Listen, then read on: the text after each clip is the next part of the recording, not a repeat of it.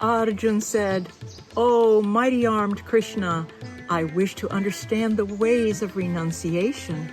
What is Sanyas, renunciation of all actions, and Tyaga, renunciation of desire for fruits of actions? I wish to know the distinction between the two, O killer of demons."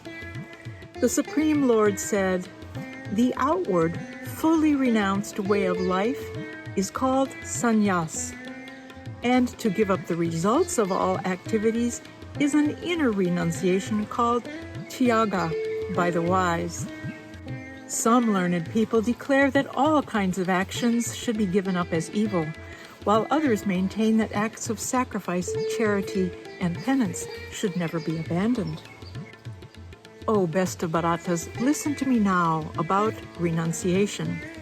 O tiger among men, there are 3 kinds of renunciation declared in the scriptures. Actions based on sacrifice, charity, and penance should never be abandoned. They must certainly be performed. Indeed, acts of sacrifice, charity, and penance are purifying even for the wise. These activities must be performed without attachment and expectation for rewards. They should be performed as a matter of duty, O son of Pritha. That is my final word. These prescribed duties should never be renounced.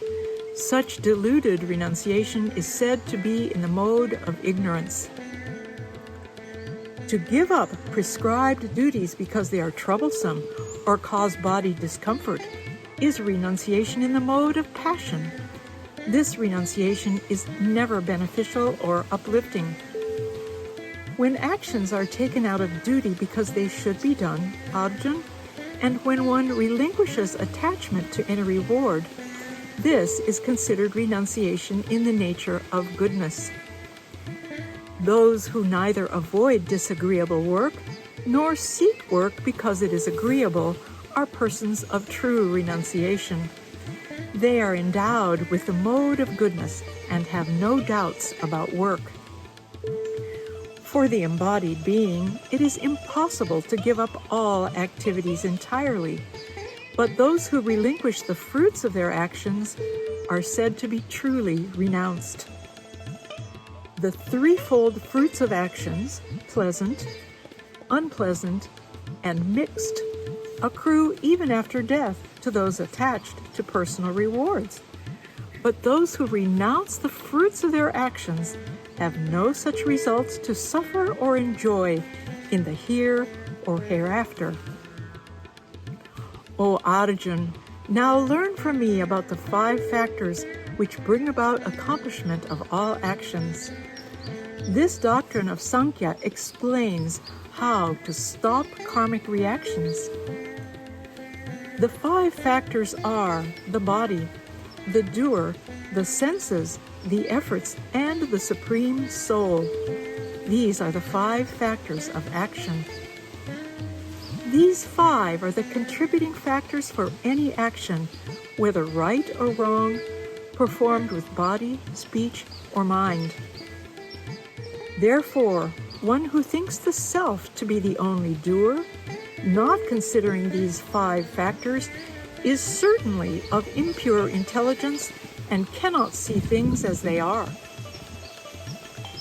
Those who are free from the ego of being the doer, and whose intellect is unentangled, even though they may slay living beings, they neither kill nor are they bound by their actions. Knowledge, the object of knowledge, and the knower, these are the 3 factors that induce action.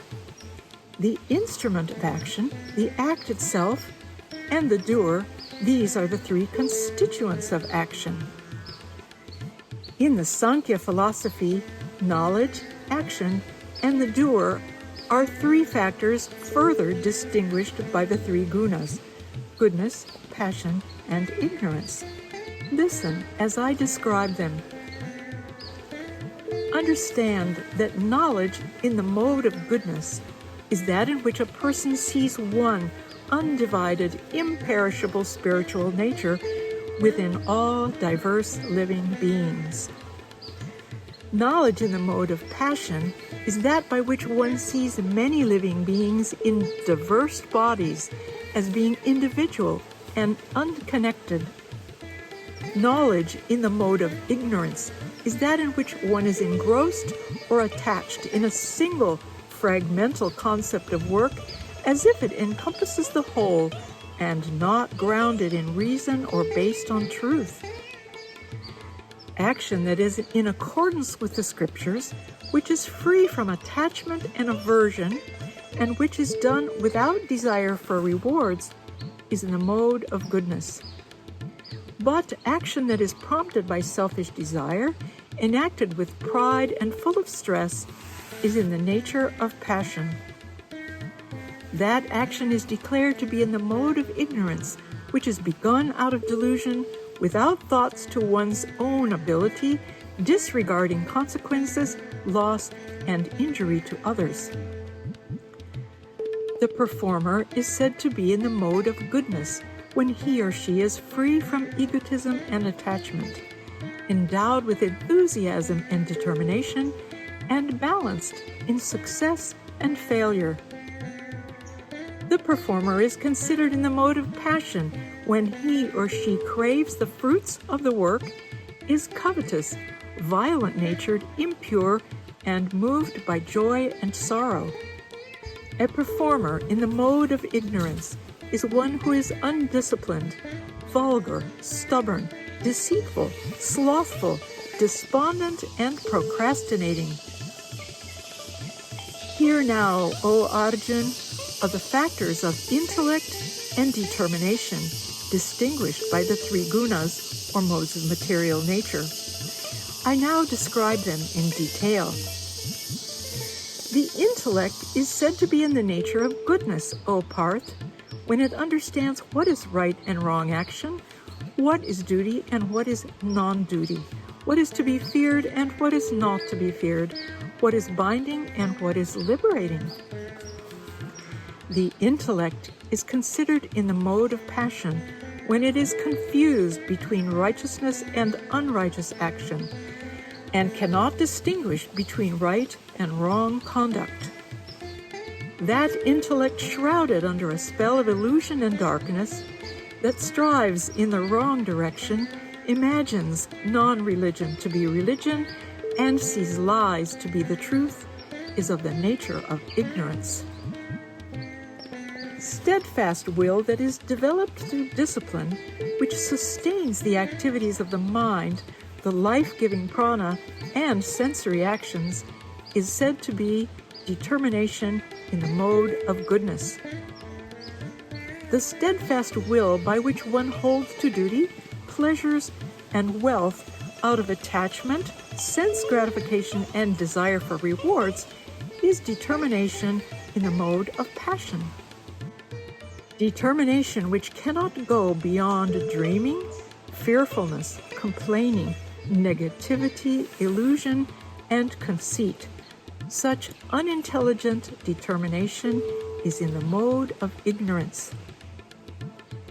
And now hear from me, O Arjun, of the three kinds of happiness in which the embodied soul rejoices, by which one can reach the end of all distress and suffering. That which first seems like a poison, but tastes like nectar in the end, by which one awakens to self-realization, is said to be happiness in the mode of goodness. Happiness is said to be in the mode of passion when it is derived from the contact of the senses with their sensory objects. Such happiness tastes like nectar at first, but poison at the end. Happiness, which is completely blind to self-realization, which is delusion from beginning to end, which arises from sleep, laziness, and illusion, is said to be of the nature of ignorance. There is no being existing either on earth, in the celestial realms, or in the higher planetary systems, which is free from the influence of the gunas, the three modes of physical nature. The duties of the Brahmins, Kshatriyas, Vaishyas, and Shudras are distinguished by 4 natural inborn qualities in accordance with the 3 gunas, or modes of physical nature: tranquility, restraint, austerity, purity, patience, integrity, knowledge, wisdom, and belief in a hereafter. These are the intrinsic qualities of work for Brahmins. Heroic valor, strength, fortitude, skill in weaponry, resolve never to retreat from battle, large heart in charity, and leadership abilities, these are the natural qualities of work for Kshatriyas. Trade, business, agriculture, and dairy farming are the natural works for those with the qualities of Vaishyas. Serving through work is the natural duty for those with the qualities of Shudras. By fulfilling their natural, innate, born duties, every human being can achieve perfection. Now hear me on how to attain perfection by performing one's prescribed duties. By performing one's natural occupation, one worships the Creator, from whom all living creatures come into being and by whom the whole universe is infused. Through discharging this duty, a person easily attains perfection. It is better to do one's own destined path or dharma imperfectly than to perform another's occupation perfectly. By doing one's natural innate duties, a person incurs no sin. Every earthly endeavor is veiled by some evil, just as fire is covered by smoke. Therefore, one should not abandon the work of one's inborn nature, O son of Kunti, even if such work is full of defects. Those whose intellect is unattached everywhere, who have mastered the mind and are free from desires by the practice of renunciation, attain the highest perfection of freedom from action. Hear from me briefly, O Arjun. Now I shall explain how one who has attained perfection of renunciation can also attain Brahman, being firmly fixed in transcendental knowledge. One becomes fit to attain Brahman when he or she possesses a purified intellect and firmly restrains the senses, abandoning sound and other objects of the senses, casting aside attraction and aversion. Such a person enjoys solitude, eats lightly, controls body, mind, and speech, practices dispassion, and is ever engaged in meditation. Free from egotism, violence, arrogance, desire, possessiveness of property, and selfishness, such a person situated in tranquility is fit for union with Brahman, realization of the absolute truth. One situated in transcendental Brahman realization becomes mentally serene, neither grieving nor desiring. Being equally disposed toward all living beings, such a disciplined yogi attains supreme devotion unto me. Only through loving devotional service to me does one come to know who I am in truth. Then, having come to know me, my devotee enters into full consciousness of me and enters the kingdom of God. Though engaged in all kinds of actions, my devotees under my protection reach the eternal and imperishable abode of my grace. Dedicate your every activity to me, making me your supreme goal. Taking shelter of the discipline of the mind, keep your consciousness always absorbed in me. If you remember me always, by my grace you will overcome all obstacles and difficulties. But if, due to pride, you do not hear my advice, you will be lost. If you do not follow my direction, if motivated by pride you think I shall not fight, your decision will be in vain. Your own physical nature, Kshatriya, will compel you to fight. O Arjun, under this illusion, you are now declining to act following my direction. But you will be driven to fight by your own inclination, by your inborn physical nature. The Supreme God dwells in the hearts of all living beings, O Arjun. According to their karmas, the Supreme God directs the wandering of all souls, who are seated as on a machine made of the gunas, the modes of physical energy. O scion of Bharata, surrender your whole being unto him. By his grace you will attain transcendental peace and the supreme and eternal abode. Thus, I have explained to you this knowledge that is more secret than all secrets. Ponder over it deeply, and then do as you wish. Because you are my very dear friend, I am giving you the most confidential of all knowledge. Hear this from me, for it is for your benefit. Always think of me. Be devoted to me, worship me, and offer obeisance to me. Doing so, you will certainly come to me. This is my pledge to you, for you are my very dear friend.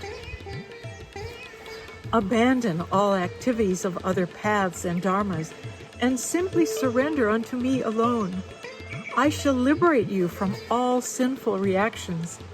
Do not fear. This instruction should never be explained to those who are not austere or not devoted. It should also not be spoken to those who are averse to listening, nor to those who envy me. Those beings who teach this most supreme secret to my devotees perform the greatest act of love. They are guaranteed to come to me without doubt. No human being does more loving service to me than they.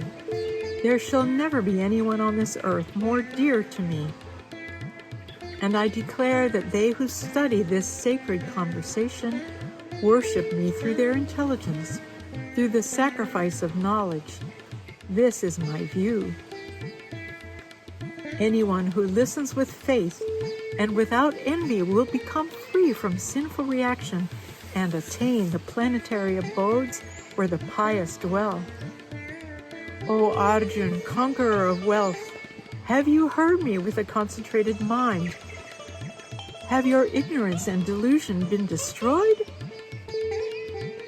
Arjun said, O infallible one, by your grace, my illusion has been dispelled, and I am situated in knowledge. I am now free from doubts and ready to act according to your instructions. Sanjay said, Thus have I heard this wonderful conversation between Sri Krishna, the son of Vasudeva, and Arjun, the noble-hearted son of Pritha. So thrilling is the message that my hair is standing on end. By the grace of Vedavyas, I have heard this supreme and most secret path from the Supreme Lord of Yoga, Sri Krishna himself. As I repeatedly recall this astonishing and wonderful dialogue between the Supreme Lord Krishna and Arjun, O King, I rejoice again and again. And remembering that most astonishing and wonderful cosmic form of Lord Krishna, great is my astonishment, and I am thrilled with joy over and over again. Wherever there is Sri Krishna, the Lord of all paths, and wherever there is Arjun, the supreme archer, there will also certainly be unending opulence, victory, prosperity, and righteousness. Of this I am certain.